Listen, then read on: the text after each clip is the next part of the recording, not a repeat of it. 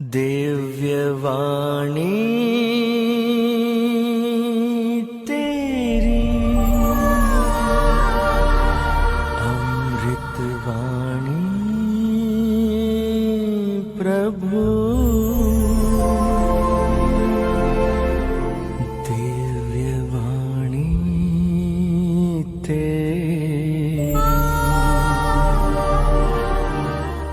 अमृतवाणी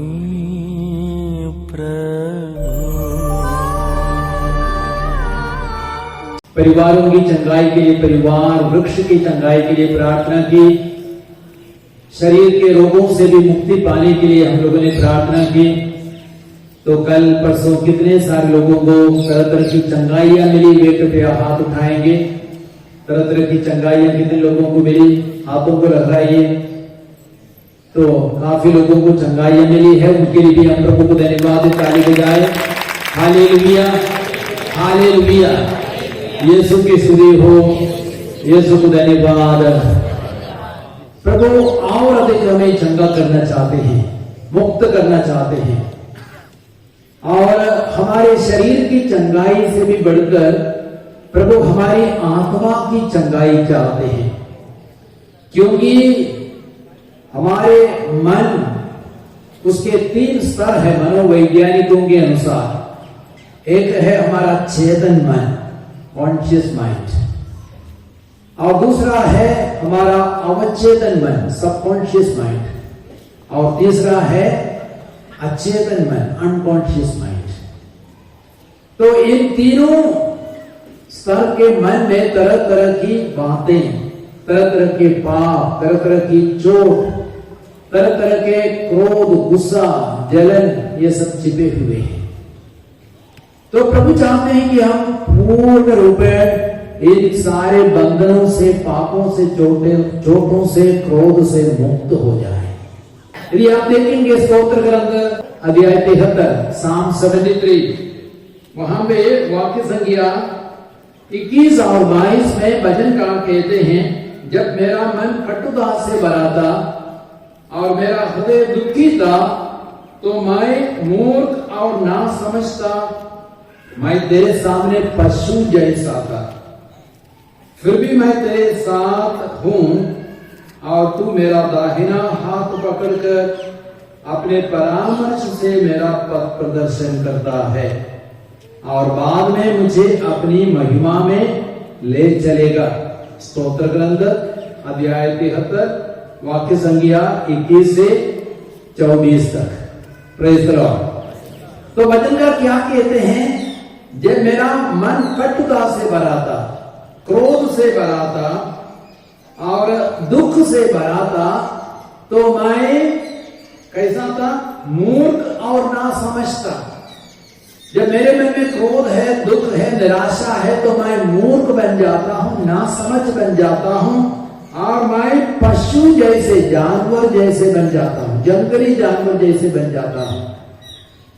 आप शेर को जानते हैं, तेंदुआ को जानते हैं, वे सब जंगली जानवर है, और वे आसानी से मारते हैं, काटते हैं, चीर डालते हैं, नष्ट करते हैं।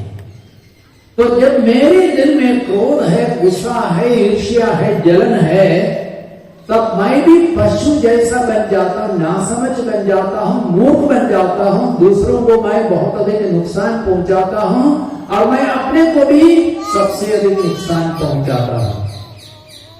यदि आप पढ़ेंगे मार्कुस के सुसमाचार अध्याय 6 में वाक्य संख्या 17 से 29 तक में, वहां पे हम हेरोद और हेरोदियास के बारे में पढ़ते हैं। यूहन्ना बपतिस्मा ने उनकी आलोचना की और हेरोद से कहा, तुम्हारे लिए उचित नहीं है कि तुम अपने भाई की पत्नी के साथ रहो, यह पाप है, व्यभिचार है। और हेरोदियास इतनी क्रुद्ध हो गई कि वह यूहन्ना से बैर करने लगी, घृणा करने लगी, और वो बदला लेने के लिए मौका ढूंढ रही थी। जब उसकी बेटी सलोमी ने हेरोद के जन्म दिवस पर सुंदर नृत्य किया, और तब हेरोद ने कहा, तुम जो चाहो मांगो, मैं तुम्हारी सारी इच्छाएं पूरी करने के लिए तैयार हूं। तो सलोमी ने क्या मांगा, यूहन्ना बपतिस्मा का सिर। और यूहन्ना बपतिस्मा जो बेगुनाह इंसान था उसकी हत्या की गई। तो हेरोदियस के मन में इतना बैर था, इतना क्रोध था, बदले की भावना थी। तो उसी प्रकार हम लोग भी जब क्रोध में हैं, गुस्सा में हैं, हम जानवर जैसे बन जाते हैं, दूसरों को नुकसान पहुंचाते हैं और हम बड़े पाप कर बैठते, अपने को सबसे बड़े नुकसान पहुंचाते हैं, क्योंकि हम किस चीज की योगी बनेंगे? नरक के योगी बनेंगे। नरक में हमारा अंत होगा। हालेलुया, हालेलुया, यीशु की स्तुति हो, यीशु को धन्यवाद। तो हमें इन सारी नकारात्मक चीजों से, बैर, क्रोध, दुख, निराशा, हीन भावना, दिल में छिपा हुआ डर, इन सारी चीजों से मुक्त होने की आवश्यकता है। और कई सारी चीजें हमारे चेतन मन में नहीं है। वर्तमान में क्या हो रहा है ये सब चेतन मन में है। लेकिन यदि मैं आपसे पूछूं 14 वर्ष पहले हमारे देश का प्रधानमंत्री कौन था? कौन था? जल्दी बोलिए। थोड़ा सोचना पड़ता है। मनमोहन सिंह सही बात है, लेकिन थोड़ा सोचना पड़ता है। लेकिन यदि मैं आपसे पूछूं आपके जन्म के अवसर पर माता पिता की क्या हालत थी, आपको मालूम है?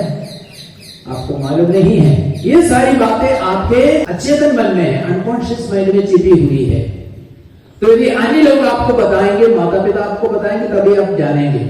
तो कई सारी बातें हमारे चेतन मन में है, हमारी अवचेतन मन में है और हमारे अचेतन मन में है। तो इन सारी चोटों को भी हमें जानने के लिए प्रयास करना है, प्रार्थना करनी है। जब हम प्रार्थना करते हैं सपनों के माध्यम से भी, या प्रभु अपनी प्रेरणा, पवित्र आत्मा की प्रेरणा से भी हमको ये सारी बातें समझा सकते हैं। मैं एक छोटा सा उदाहरण दूंगा। एक नौजवान जो बहुत नर्वस हो जाता था, पसीना पसीना हो जाता था जब दूसरों के सामने वह आता था और उनसे बातें कर नहीं पाता था, बहुत भयभीत, डरा हुआ रहता था। और कई काउंसलर्स के पास वो गया, लेकिन उसको कोई फायदा नहीं मिला। एक बार एक प्रार्थना दल में गया। प्रार्थना दल उसके लिए प्रार्थना कर रहा था, उसके सिर पर हाथ रखा। अचानक उसके मन में एक घटना याद आई। जब वो स्कूल में था, उसके साथियों ने एक सांप को उठा करके उसके शरीर पर फेंक दिया और वो इतना डर गया, इतना भयभीत हो गया। वो सांप तो मरा हुआ सांप था, फिर भी उसको इतनी घृणा लगी, इतना डर समा गया। लेकिन साथियों पर गुस्सा भी आया, क्रोध आया, लेकिन 2-3 हफ्ता के बाद में वो उस घटना को भूल गया। लेकिन उस घटना का असर उस पर पड़ गया, क्योंकि वो घटना उसके अवचेतन मन में बैठी हुई थी। और तब प्रार्थना दल वालों ने उस नौजवान से कहा, तुम उन सभी साथियों को क्षमा कर दो, उन्होंने जो भी बदमाशी की क्षमा कर दो। तो उस नौजवान ने उन सबको क्षमा कर दी। उसके बाद उसका डर भय दूर हो गया और उसका पसीना निकलना वो सब बंद हो गया, वो बिल्कुल नॉर्मल हो गया। हालेलुया, यीशु की स्तुति हो, यीशु को धन्यवाद, यीशु को धन्यवाद। एक बहन को मैं याद करता हूं, उसकी गवाही में याद करता हूं। बार बार उसको आत्महत्या करने की प्रेरणा आ रही थी, लेकिन उसके लिए जब प्रार्थना की गई तब प्रभु ने इस रहस्य को प्रकट किया। जब वो माता के गर्भ में थी, उसकी मां गर्भ को गिराना चाहती थी और दवा ले ली थी, फिर भी गर्भ गिरा नहीं, उस बच्ची का जन्म हुआ। तब उसको बताया गया आप अपनी मां को क्षमा करें, और उसे अपनी मां को क्षमा दे दी। तब ही आत्महत्या की प्रेरणा से वह आजाद हो गई। देखिए, कई सारी बाधाएं हमारे जीवन में हैं, हमारे अचेतन अवचेतन मन में हैं, छिपे हुए कई सारे पाप है। यदि आप देखेंगे रोमियो का पत्र अध्याय 7 वाक्य संख्या 19 से 25 तक, वहां पे संत पौलुस कहते हैं, मैं जो भलाई करना चाहता हूं कर नहीं पाता हूं, लेकिन जो बुराई नहीं करना चाहता वही बुराई करता हूं। यदि मैं बुराई ही करता हूं जिसे मैं चाहता नहीं, तो करने वाला मैं नहीं हूं, लेकिन मुझ में रहने वाला पाप है। Hallelujah, hallelujah. तो मुझ में पाप बना रहता है, मुझ में पाप छिपा रहता है।